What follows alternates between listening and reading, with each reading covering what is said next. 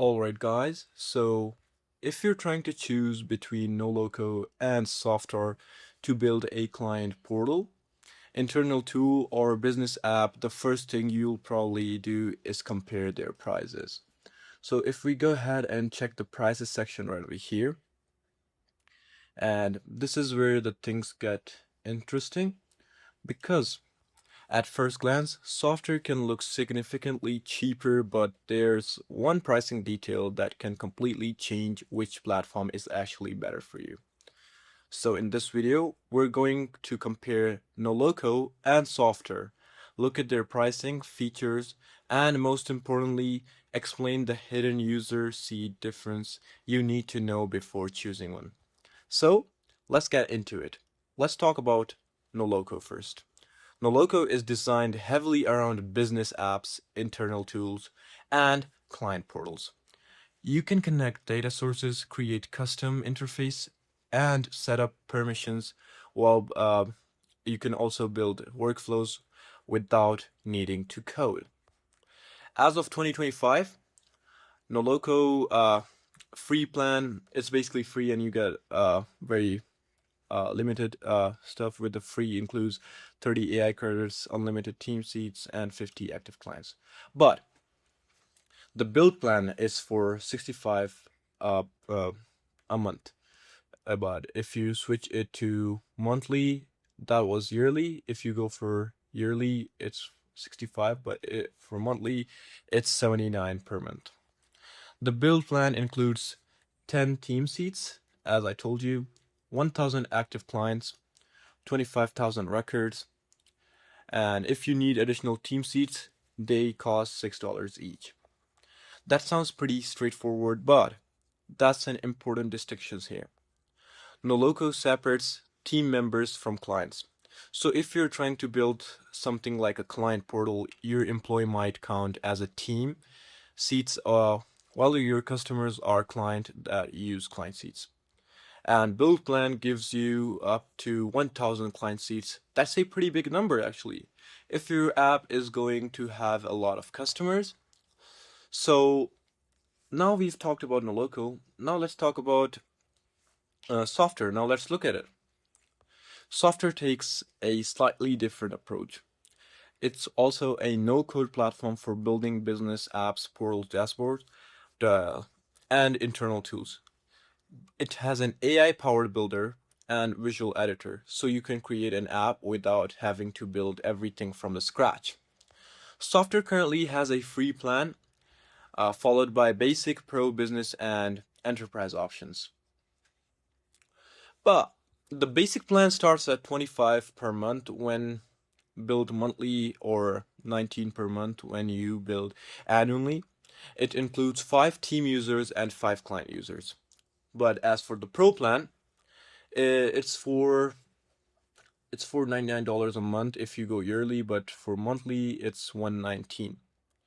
But uh, it includes 10 team users and 50 client users. And as we talk about the business, it basically is for almost $395 a month, and it includes more features like 30 more team users and 100 clients. And this brings us to the price trapping.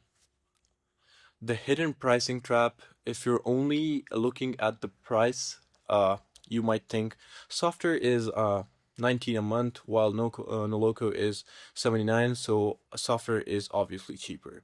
But that's not necessarily true. You need to ask yourself, how many people are actually going to use my app? Let's say you're building a client portal for a business.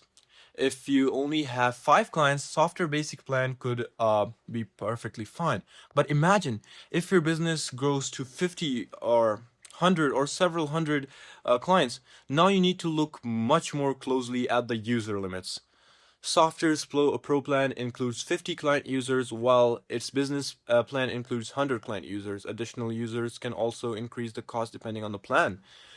But as for Noloco's plan, on the other hand, it includes 1,000 client seats. So the important thing isn't simply asking which platform is cheaper. Instead, which platform is cheaper for the number of users I actually need. That's a difference that can completely change the answer. Which one should you choose? So, platform platform for OIs you should actually use if you're building a relatively small app and only need handful of users. Software can be a very attractive option. It's low tier plans and can be inexpensive, and it provides a visual way to build business apps with integrations, workflows, and AI features. But if you're building something like a client portal with hundreds of clients, Noloco becomes a much more interesting option because of the number of client seats included in its build plan. Noloco also includes features such as multiple data sources, role-based permissions, and a larger included records allowance on the build plan. And there's another thing to consider: AI usage. Noloco's new build plan includes 250 AI credits per month, which are used by its Nola AI builder for things like creating pages, tables, workflows, and making changes to your app. Software also includes AI credits in its plans, but the amount depends on the plan you're using. So here's a simple answer. If you're a small business owner, building a relatively small internal tool or portal, software is worth considering, especially if you can stay within its lower user limits. But if you're building a client facing application and expect to have a large number of clients using it, the low-cost pricing structure can make a lot more sense. So before you choose either platform, figure out how many people will actually use your app, because the cheapest plan isn't always the cheapest solution.